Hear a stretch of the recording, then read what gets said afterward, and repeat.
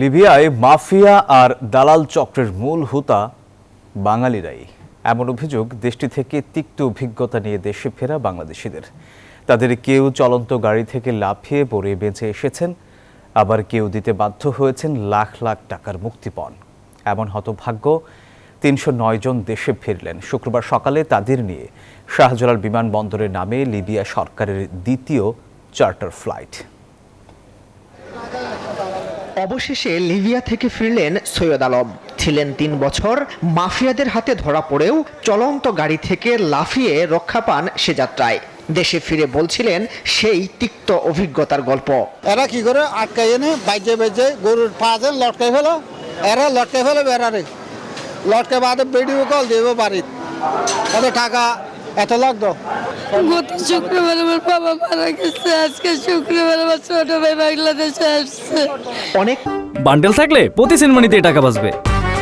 বিকাশ send money bundle কিনে জিতুন প্রতি লেনদেনে। এটা একই গল্প হাফিজুর রহমানের। গুলি করে দরজা ভেঙে থাকার জায়গা থেকে তাদের 7 জনকে তুলে নিয়ে গিয়ে দাবি করা হয় 70 লাখ টাকা।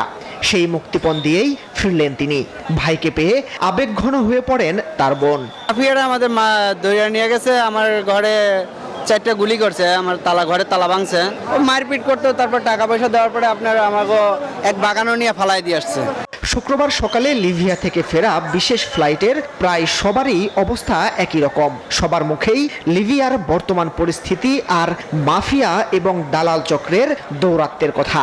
অভিযোগ, সেসব মাফিয়া চক্র পরিচালনা করেন বাঙালিরাই।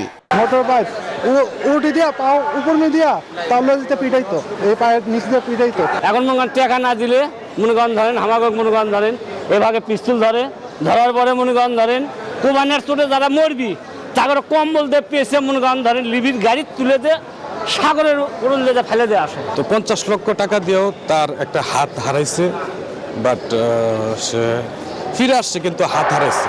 বৃহস্পতিবার বাংলাদেশ দূতাবাস লিবিয়ার তত্ত্বাবধানে এবং লিবিয়ার জাতীয় ঐক্যমত্যের সরকারের সার্বিক সহযোগিতায় স্বেচ্ছায় দেশে প্রত্যাবর্তনে আগ্রহী ৩০৯ জন লিবিয়া থেকে বিমানে ওঠেন। একই প্রক্রিয়ায় আগামী 30 অক্টোবর মিশরাতা ও ত্রিপলি থেকে নিবন্ধিতদের মধ্যে আরও 3 শতাধিক বাংলাদেশিকে দেশে প্রত্যাবাসনের জন্য লিবিয়া সরকারের সঙ্গে নিবিড়ভাবে কাজ করছে দূতাবাস। এর আগে 9 অক্টোবর প্রথম দফায় ৩০৯ জন দেশে ফেরেন। মাসুদ সুমন, নিউজ 24, ঢাকা।